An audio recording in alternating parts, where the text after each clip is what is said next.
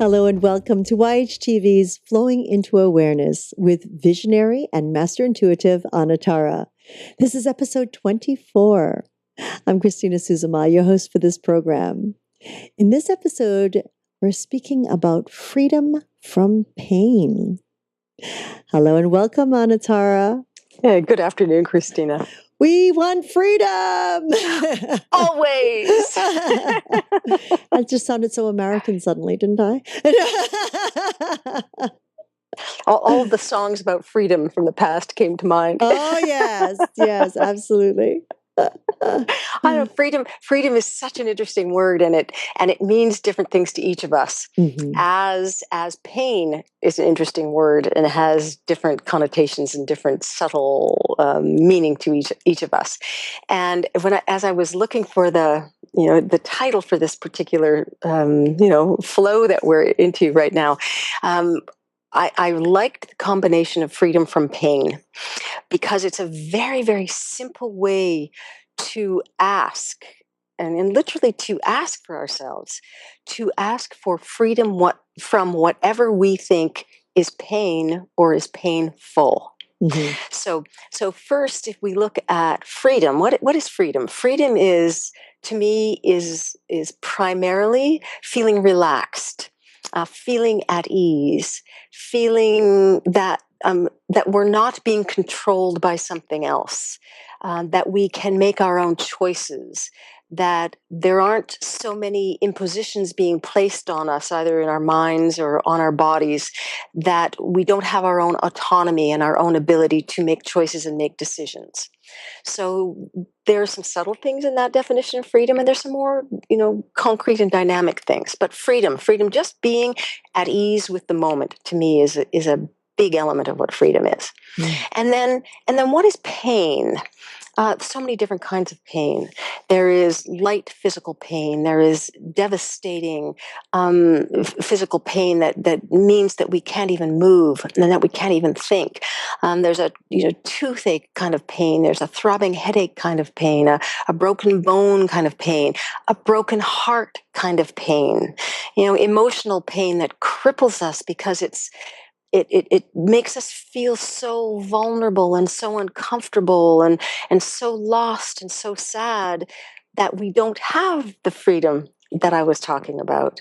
That whatever goes along with that emotional pain is so, the thoughts are so recurrent, and the depth of the emotion is so strong that we have no autonomy from it. We have no distance from it. We are enmeshed in it, and it is holding us down and crumbling around us. So it really doesn't matter whether it's a physical pain or whether it's an emotional pain. It has the same overall control over us. So the next thing to understand about pain is that there are some kinds of pain we can do something about, some things we can change immediately, and some things that we may or may not be able to even change over time, that are chronic and recurrent, and might take a lot of soul searching and sort of healing research and understanding in order to shift or change. And there'll be some kinds of pain that we may just always have and can come to accept as being there, and in that way achieve a bit of freedom from it. So if we want freedom from pain, if we want an ease of being in the moment, if we want autonomy from being held down and held back, how do we find out what that pain really is? We have an idea about it. We could feel physical pain. We have a negative, icky emotion that keeps coming back, and we think to ourselves, oh, I really don't like that. And it becomes a kind of pain or a kind of suffering, because we're stuck in the loop. We're stuck in what happens to us when we stay in that thought, or we stay in that series of thoughts. In our last talk, we talked about how things are brick by brick by brick. The blocks, we build up blocks around us, and this is really the same kind of thing. When we have an idea that we are in pain, or when we receive or feel something as pain, the bricks of pain stack up on top of one another, and we become caught behind a wall of pain. Mm. So what I like to do is to help people imagine what that freedom would feel like. What would it really feel like if and when you really could just, run outside the door and dance down the street and sing to yourself all day? What would it be like if there was nothing that seemed like it was trying to control you? What would it be like if there was nothing sticking you or bumping you or nudging you from the inside that felt like pain, that was keeping you from being free? All right. So the first step in that is to think about what freedom is for you, to make a list for yourself, or contemplate what it means to you when I use the word freedom. What is it to have freedom to live your life the way you want to? And that doesn't mean running around and taking advantage of other people. This is a true freedom, a universal freedom. What would it feel like to you? What does it feel like in moments of freedom? Are your moments of freedom when you're meditating and your thoughts are still? Are your moments of freedom when you're driving across the country on a holiday? Are your moments of freedom when you're diving into a beautiful lake, looking at the sky, making love to your most favorite other person? What is freedom to you? What allows you to feel the real you? Because we are only really free when we are our real selves. Because when we act through our real selves, when we act through the essence of who we are, that is freedom. That is in those moments, those things that we define and describe as being pain aren't anywhere around. They're nowhere to be found. So identify what freedom feels like to you. And no matter how awful you think your life may be, there will be something there that feels like freedom. So find that, recognize it, let yourself be in acceptance of it being okay for you to have that. And then start to live your life in a way that asks for that. As I said in the beginning, live your life in a way that invites that perfectly lovely essence of an emotional and physically pain-free existence. Remember that you do control this, that you do and can make the choices to feel painless and to feel free. Especially with emotional pain, it's really helpful to remind yourself that much of what we take on as being emotional pain is really something that we don't need, and that it is usually a story that we're telling ourselves. It becomes a story that, when repeated, reinforces the pain. So what would it be like if you were free from the repetition of that story? What would it be like if that pain wasn't really there? If that story wasn't really there? Would you then feel free? Would you be more painless? Would you be pain-free? It's a lot. It's a lot to look at, and I've used many words to describe it. But the essence of it is clear. The essence of it is pure. The essence of it is freedom from pain. Lovely, Anatara. Really lovely. And so many of us has built our lives around it. And it might have so many disguises.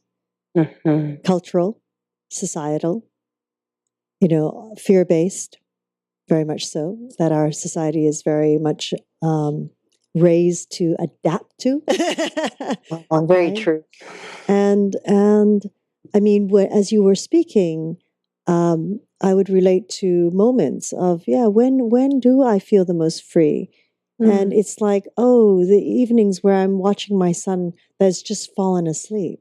And that whole, what I call the angelic moment, where everything is still, the spirit is resting, the body is resting.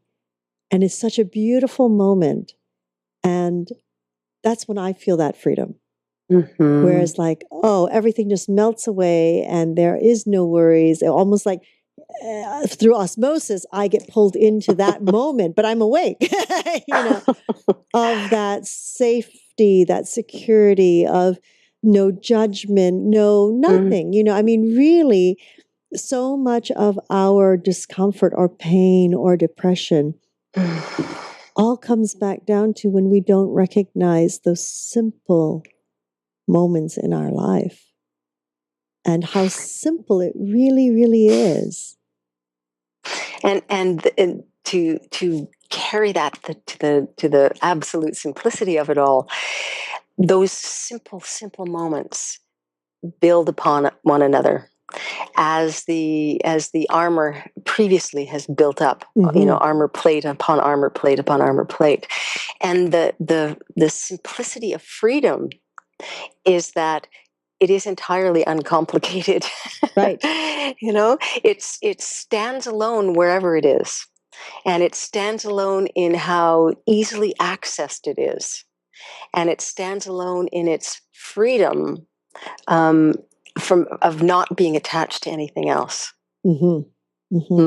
Lovely. Oh, freedom. That is quite a word. Freedom from so many things. So thank you, Anatara. I mean,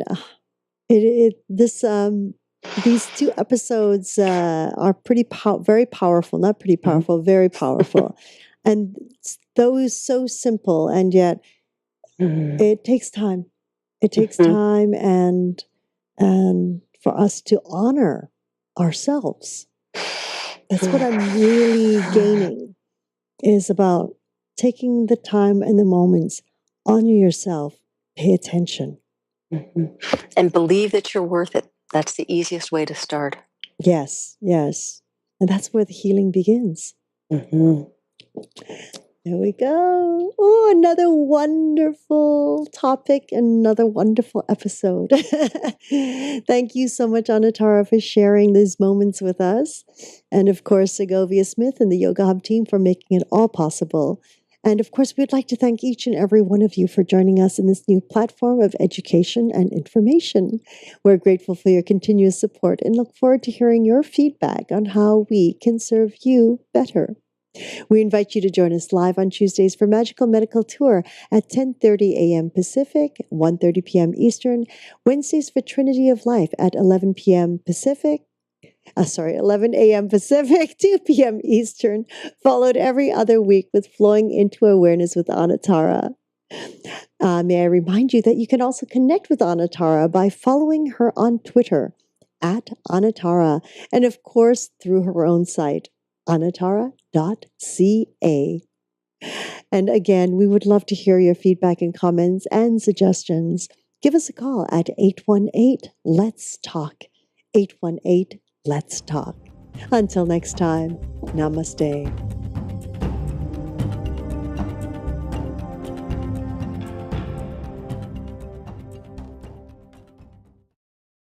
YHTV's Trinity of Life.